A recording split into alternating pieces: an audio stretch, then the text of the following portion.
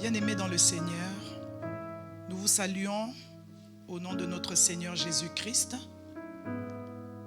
Je suis la révérende Claudia Nguesso, pour ceux qui commencent à me voir sur les réseaux, sur notre chaîne YouTube et sur Facebook. Je l'avais dit à l'église que je m'engageais à apporter des enseignements et à maintenir cette flamme pour que le peuple de Dieu ne se décourage pas. Et voilà, aujourd'hui, nous sommes là avec mon époux, le révérend Wilfrid Nguesso, pour passer un temps dans la prière, mais aussi dans la méditation de la parole de Dieu. Et nous aurons une exhortation de la part de l'homme de Dieu qui va nous parler sur les événements qui sont en train de se dérouler dans le monde. Et après cela, nous pourrons prier. Prier afin que le Seigneur encourage, afin que le Seigneur soutienne les bien-aimés. Vous savez, frères et sœurs, la parole de Dieu dit qu'il faut être en alerte. Il faut regarder les signes. Et en ce moment, nous avons vraiment des signes. Ces signes-là nous annoncent quelque chose. Alors ne soyons pas aveuglés, ne nous laissons pas conduire par toutes sortes de doctrines à tous vents et marées, mais demeurons concentrés, les yeux fixés vers notre Seigneur et surtout, ne mettons pas notre Bible de côté. Car si nous cherchons des prophéties, tout est dit dans la parole de Dieu. La Bible est le livre où toutes les prophéties ont été dites et annoncées. Alors, soyons sages, laissons-nous instruire et le Seigneur nous conduira, car il est la lumière de la vie. Sa parole est une lampe à nos pieds et elle éclaire notre sentier. Je vais laisser mon époux, le révérend Wilfrid Nguesso, nous exhorter et nous apporter un message. Merci. Bonsoir à tous et à toutes, peuple de Dieu. Je suis le révérend Wilfrid Nguesso, l'époux de la révérende Claudia Nguesso, qui est à mes côtés, qui est la visionnaire de cette œuvre et aussi pasteur principal. C'est pour nous une première, comme vous le savez, au travers de la pandémie qui est en train de secouer le monde. Et cela nous a obligés, à tous les serviteurs de Dieu, de procéder de la suite. Je vais ce soir apporter une exhortation et je vais rentrer tout de suite dans le vif du sujet. La première chose que je tiens à dire au peuple de Dieu qui nous regarde à travers le monde, particulièrement aux brebis de source d'eau vive et aux brebis du Congo, n'ayez pas peur. N'ayez pas peur parce que cette pandémie qui est en train de s'aimer la désolation dans le monde, la peur dans le monde, ce n'est pas la fin. Ce n'est pas la fin. Nous, les enfants de Dieu, nous avons la grâce de connaître la vérité. La vérité qui est la parole de Dieu. Et c'est une grâce pour nous parce que Dieu aime ses enfants. Et Dieu n'a pas voulu que ses enfants demeurent dans les ténèbres, mais il a fait la grâce à ses enfants d'avoir la lumière qui est sa parole qu'il nous a laissée. Et cette parole, elle est très claire. Et comme j'aime souvent le dire, d'ailleurs mon épouse, tout à l'heure, la révérende l'a dit tout à l'heure, les hommes cherchent les prophètes. Ils courent vers les hommes pour essayer de comprendre ou de savoir quel est l'avenir qui leur est réservé. Mais Dieu, dans sa bonté, dans sa miséricorde, il nous a fait la grâce au travers des prophètes de la Bible, de l'Ancien Testament et du Nouveau Testament. Dieu nous a fait la grâce par sa parole de nous révéler en réalité tout le déroulement de ce qui allait se passer depuis la création du monde jusqu'à la fin. Et cette parole, c'est la parole de Dieu. Seigneur, cette pandémie est en train de créer le trouble dans le monde. Par-ci, par-là, partout, on annonce la fin du monde. C'est vrai que nous sommes plus proches de la fin. Parce que voilà, aujourd'hui, cela fait 2000 ans que nous attendons le retour du Seigneur. Et le Seigneur lui-même, quand il a marché dans ce monde avec les apôtres, il a annoncé toutes ces choses que nous vivons aujourd'hui. Nous sommes la lumière du monde, nous les chrétiens. C'est nous qui devons rassurer ceux qui sont dans les ténèbres parce qu'ils n'ont pas la connaissance de la parole que nous avons. Et comme l'avait dit lui-même le Seigneur, on n'allume pas un chandelier pour le mettre sous un boisseau ou sous une table, mais on prend le chandelier, on le met en haut au milieu de la pièce afin que la lumière éclaire tous ceux qui sont dans la pièce. Et il allait encore plus loin en disant, vous êtes le sel de la terre. Et si on enlève le sel de la terre, avec quoi la rendre entendre? Alors, nous, les chrétiens qui connaissons la parole, nous qui avons confessé Jésus-Christ comme notre Seigneur et notre Sauveur, nous devons au contraire être dans la joie. Parce que la parole de Dieu nous a annoncé ces choses. Christ, quand il a marché dans ce monde, il nous a annoncé ces choses qui devaient arriver. Et si nous avons accepté de confesser Jésus-Christ comme Seigneur et Sauveur, c'est parce que nous avons une espérance qui est au-delà de l'espérance de ce monde. Parce que si l'espérance, c'est simplement de vivre dans ce monde et qu'après la vie sur cette terre, il ne se passe rien, alors nous sommes les plus malheureux des hommes. Je vais prendre le premier passage que j'ai réservé ce soir. C'est dans le livre de Matthieu, au chapitre 24. Et nous lirons du verset 32 au verset 34. Voici ce que nous dit la parole de Dieu. Et c'est le Seigneur Jésus-Christ lui-même qui nous parle. Instruisez-vous par une comparaison tirée du figuier. Dès que ses branches deviennent tendres et que les feuilles poussent, vous connaissez que l'été est proche. De même, quand vous verrez toutes ces choses, sachez que le Fils de l'homme est proche à la porte. Je vous le dis en vérité, cette génération ne passera point que tout cela n'arrive. Je vais revenir sur le verset 33. De même, quand vous verrez toutes ces choses, sachez que le Fils de l'homme est proche à la porte.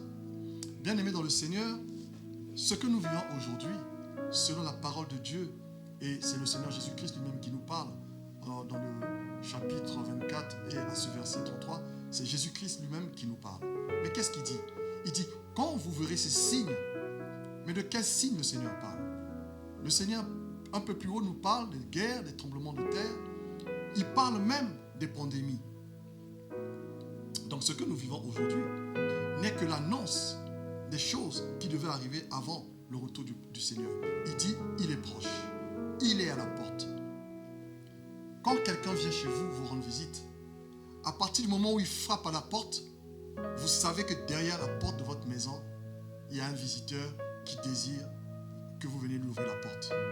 En fait, ce que le Seigneur nous dit, c'est que quand vous verrez ces signes, ça veut dire que je suis là.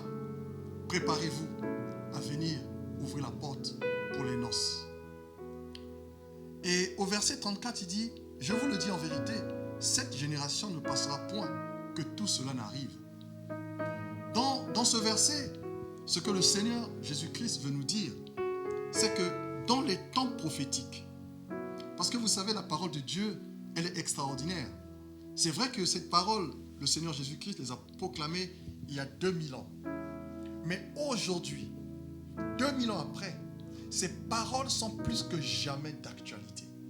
Parce qu'en fait, quand le Seigneur Jésus-Christ parle, il parle prophétiquement de notre génération, de la génération qui verra les signes s'accomplir. Et nous sommes cette génération qui est en train de vivre l'accomplissement de ces choses. Alors, nous ne pouvons pas être effrayés, au contraire, nous devons être dans la joie.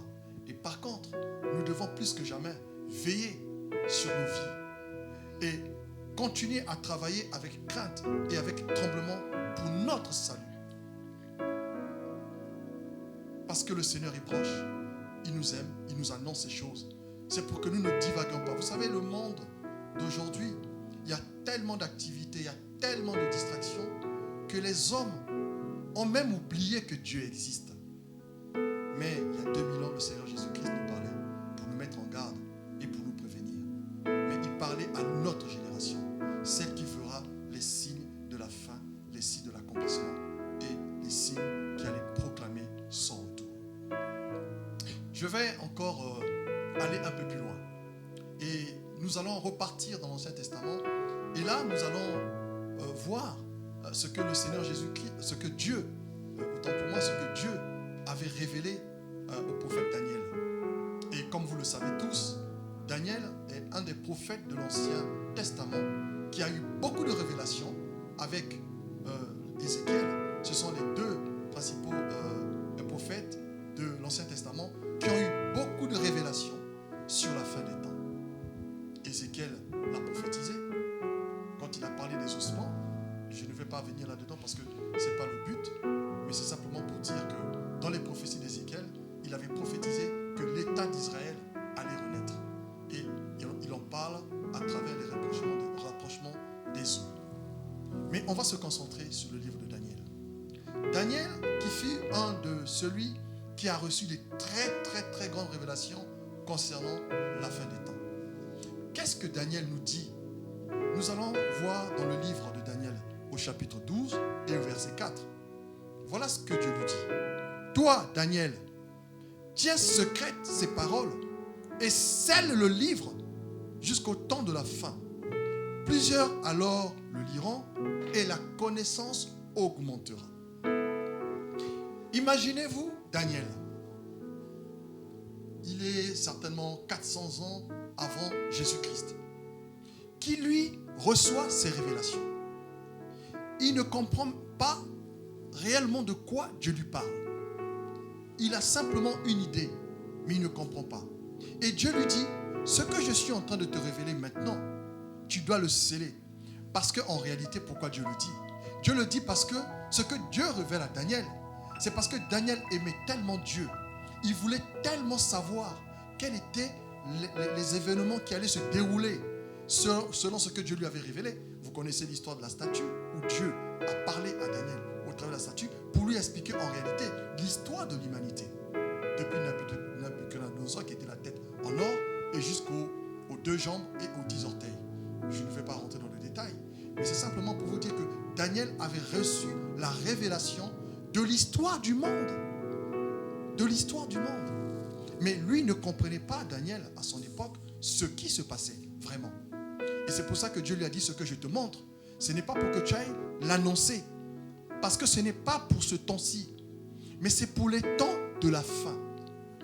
Et lorsque les gens arriveront à la fin des temps et qui commenceront à vivre ces choses que je t'annonce aujourd'hui, que je te dévoile, effectivement, la connaissance augmentera parce que ce que j'avais révélé à ton époque, ceux qui seront venus après toi auront la grâce, comme dans un rétroviseur, de regarder en arrière, depuis la jeunesse jusqu'à Daniel, pour voir mais qu'est-ce que Dieu avait dit et qu'est-ce qui devait s'accomplir. Et là, effectivement, aujourd'hui, nous sommes la génération qui a la grâce de comprendre ces choses. Et nous savons que tout ce que les prophètes, particulièrement Daniel, puisqu'il s'agit de lui, qui avait reçu ces révélations de la fin des temps, serait étonné aujourd'hui de voir ce que nous vivons. Mais c'est notre grâce à nous, la génération de la fin. Et Dieu nous aime, bien-aimés.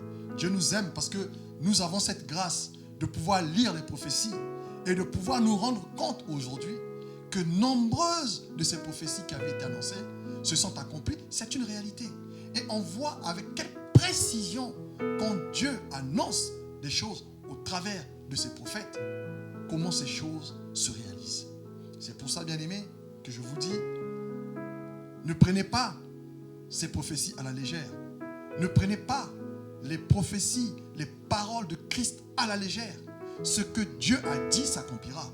Parce que sa parole est la vérité. Et Dieu veille sur elle afin qu'elle s'accomplisse. Personne ne peut s'opposer au plan de Dieu. Ni dans le ciel, ni sur la terre, ni sous la terre.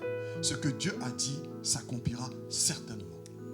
Bien-aimés dans le Seigneur, je vous encourage, à vous qui avez déjà confessé Jésus-Christ comme Seigneur et Sauveur, de demeurer ferme, de continuer à travailler pour votre salut. Car le salut, il est individuel.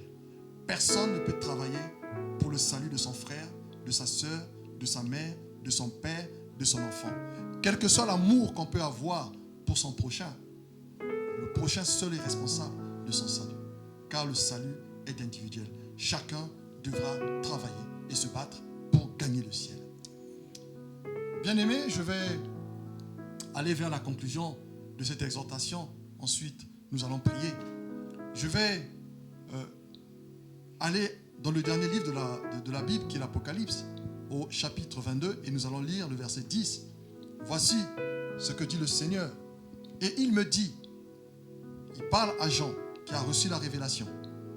Et il me dit, ne scelle point les paroles de la prophétie de ce livre, car le temps est proche. Bien-aimés, nous étions dans l'Ancien Testament avec Daniel. Dieu révélait les choses à Daniel et disait à Daniel, scelle ce livre, parce que ce n'est pas pour ta génération, mais c'est pour la génération future. Et là, on voit l'apôtre Jean qui a reçu la révélation à l'île de Patmos des choses de la fin. Et c'est le Seigneur Jésus-Christ qui lui parle, qui lui dit, ne scelle pas ce livre, mais garde ces choses. Je bénis le Seigneur pour son amour. Je bénis le Seigneur parce qu'il nous a vraiment fait la grâce de pouvoir connaître ces choses. Et nous allons prendre du temps dans la prière et je vais laisser le soin à la révérende après un cantique ou deux pour pouvoir prier. Cet air que je respire,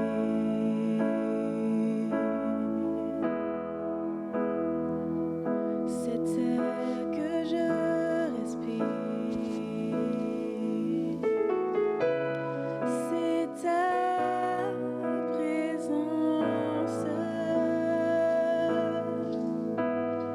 qui vit en moi.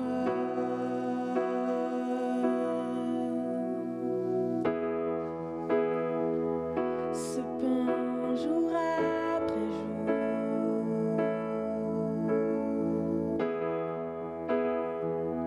se peint jour après jour, c'est ta parole donnée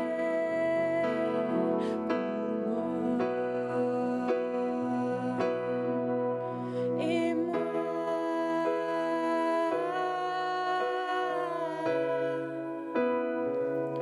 j'ai tant besoin de toi.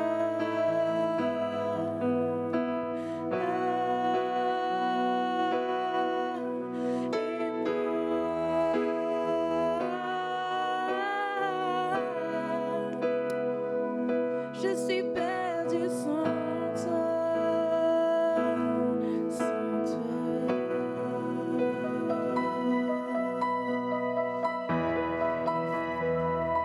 Cet air que je respire,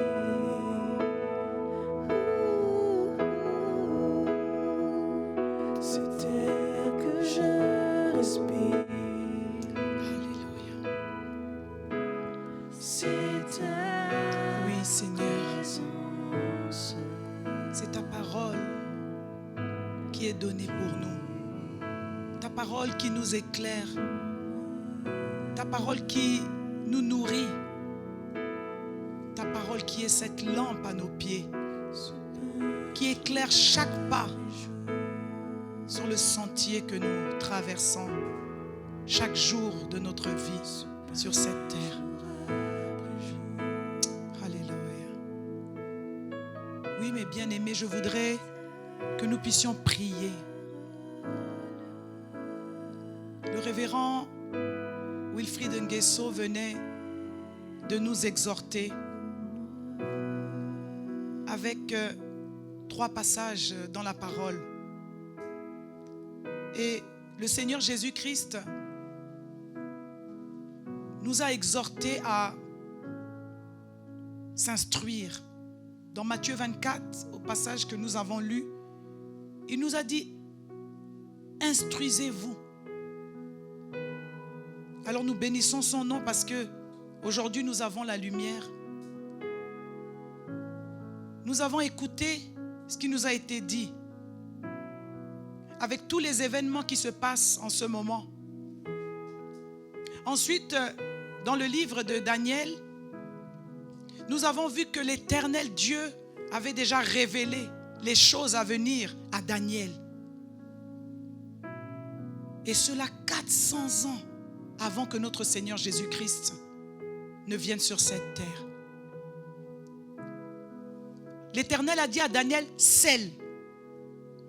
Et ensuite, dans Apocalypse, notre Seigneur Jésus-Christ donne cette révélation à Jean sur l'île de Patmos. Et il lui dit, ne scelle pas, ne garde pas, car je suis à la porte. Il est à la porte, il vient. Oui, aujourd'hui, nous pouvons voir comme nous l'a enseigné le Seigneur Jésus-Christ. Lorsque vous voyez les feuilles du figuier blanchir, vous savez que l'été est proche. Et de la même manière, lorsque vous verrez tous ces événements arriver, sachez que je suis à la porte. Oh, notre Seigneur est à la porte. Voilà pourquoi je voudrais que nous puissions prier. Prier pour l'Église. L'Église Jésus-Christ, source d'eau vive, au Congo et partout dans le monde. Mais aussi pour tous les élus, pour tous les fidèles, pour tous les justes du Seigneur qui sont en train de vivre ces moments, qui n'ont plus l'occasion pour nombreux de repartir à l'église, communier avec les frères. Nous avons tous besoin de ce temps de prière. Alors là où tu es, prions ensemble afin que la foi demeure toujours ferme. Nous allons prier. Éternel Dieu Tout-Puissant, Oui, Père de gloire, nous te bénissons, Père. nous élevons ton nom. Nous te rendons des actions de grâce. Toi le Dieu qui éclaire par sa parole. Merci, Dieu. Merci encore de nous avoir éclairés. Oui, sois béni, Seigneur. Seigneur, tu parles tantôt d'une manière, tantôt d'une autre. Sois glorifié, Seigneur. Et ce que tu veux, c'est que tous parviennent à la connaissance de ta parole. Alléluia. Merci encore d'avoir parlé aujourd'hui. Tu nous aimes, tu aimes tes enfants, tu aimes ton peuple. Et tu veux que la foi demeure. Tu veux que nous puissions continuer à persévérer dans la prière. Voilà pourquoi aujourd'hui, nous élevons nos voix et nous prions d'abord pour l'Église Jésus-Christ, source d'eau vive, à laquelle tu nous as appelés comme bergers. Nous prions afin que toutes ces brebis puissent demeurer fermes dans leur foi, qu'elles ne défaillent pas et qu'elles gardent le regard fixé sur toi, qui est le chef et le consommateur de notre foi. Merci encore pour l'Église au Congo-Brazzaville. Merci parce que tu emmènes tes élus, tes justes, à pouvoir demeurer dans la prière. Je prie pour tout le continent africain afin que l'Église Corps de Christ en Afrique se lève et garde la foi malgré les situations qui se passent. Car nous sommes en alerte et tu nous as prévenus. Pas pour que nous ayons peur, mais pour que nous puissions encore nous activer dans la prière. Sois béni, Seigneur. Alléluia. Oui, Dieu Tout-Puissant, nous te prions, ô Dieu, pour un nouveau réveil spirituel dans ce monde. Le monde va à la perdition, Seigneur. Ce monde est enfoui dans les ténèbres, Seigneur. Ô Dieu Tout-Puissant, qui nous délivrera, Seigneur. Qui nous délivrera, Père. Nous avons besoin de toi, Seigneur. Manifeste-toi puissamment, ô Dieu. Élève ton Saint-Nom au-dessus des faux dieux de ce monde. Glorifie ton Saint-Nom, ô Père. Alléluia. Tu es celui qui ne change pas. Tu es celui qui ne varie pas, Seigneur. Tu demeures Dieu de génération en génération, Père. Ta parole est la vérité, Seigneur. Ce que tu as annoncé par les prophètes, ce que tu as annoncé, ô Dieu, au travers de tes serviteurs, ce que toi-même tu as annoncé lorsque tu as vécu dans ce monde, lorsque tu as marché dans ce monde, ô Père. Oh, alléluia. Que ta parole, Seigneur, soit manifeste dans la vie de mon frère et de ma soeur. Que le peuple de Dieu se lève comme un seul homme, ô Dieu, pour prier pour le salut de l'humanité, Seigneur. Oui, Père, grande est la porte qui emmène à la perdition, étroit est le chemin. Resserrez, Seigneur, ce chemin qui mène à la vie éternelle. Ô Dieu de gloire, sois élevé, mon Dieu, mon roi. Nous te bénissons, Père, et nous te rendons grâce, ô Dieu, de ce que tu nous as permis de connaître ces choses, de ce que tu nous as mis à part, ô Seigneur. Oui, Dieu Tout-Puissant, de ce que, Seigneur, nos noms sont inscrits dans le livre de vie de l'agneau, Seigneur. C'est une grâce. Nous n'avons rien mérité, Père. Nous te rendons grâce pour cela, Seigneur. Garde-nous fidèles à toi, Seigneur. Nous voulons demeurer dans ta présence, Seigneur. Nous voulons faire ta volonté, Seigneur. Nous voulons marcher avec toi. Alléluia. Mais en nous, Seigneur, le vouloir et le faire, Seigneur. Car par notre propre force, nous ne sommes pas capables. Oui, Seigneur, nos esprits certainement sont disposés à te servir, à faire ta volonté, Seigneur. Mais cette chair, cette poussière, Seigneur, nous tire vers le bas. C'est pour ça, Père, que je crie. Oh Dieu, soutiens-nous, Père éternel. Soutiens-nous, Père, afin que nous ne chancelons point. Nous voulons, Seigneur, garder nos regards tournés vers toi, Seigneur. Alléluia. Seigneur, je crois que ta parole est la vérité. Que nous allons vivre maintenant, Seigneur, l'accomplissement de ta parole. Et que Dieu Tout-Puissant, qu'un nouveau réveil, Seigneur, va souffler, oh Dieu, dans ce monde, Père éternel. Et tout le monde saura que tu es Dieu, Seigneur. Alléluia. Alléluia. Tu vas manifester ta gloire. Tu vas manifester ta puissance, Seigneur. Et tu vas élever ton nom au-dessus des faux dieux de ce monde. Alléluia. Toi, le grand Dieu de l'univers. Alléluia. Toi qui es assis sur le trône de gloire dans les lieux célestes. Le ciel est ton trône et la terre ton marchepied. Alléluia, Seigneur. Tu domines tout l'univers par ta puissance et par ta gloire. Et tu portes l'univers comme un manteau sur tes épaules. Tu es grand, puissant et redoutable, Seigneur. Qui est semblable à toi, Seigneur? Qui peut se comparer à toi, ô Dieu? Dans le ciel, sur la terre et sous la terre. Tout genou fléchit devant toi et toute langue confesse que tu es Seigneur. À la gloire de Dieu le Père. Nous te bénissons. Merci, Père, pour ces moments merveilleux, Seigneur, que tu nous as accordés dans ta présence. Nous te rendons grâce et nous te bénissons, Seigneur. Car nous n'avons rien mérité, Père. Mais c'est par ta grâce, ô Seigneur, que tu nous as rajoutés. Sois béni, Seigneur. Sois béni, éternel Dieu Tout-Puissant. Merci, Seigneur. Alléluia. Que toute la gloire te revienne, Père. Que la gloire ne revienne qu'à Au toi. nom de Jésus. Au nom de Jésus. Amen. Amen. Merci, bien-aimés dans le Seigneur, vous tous qui nous avez suivis.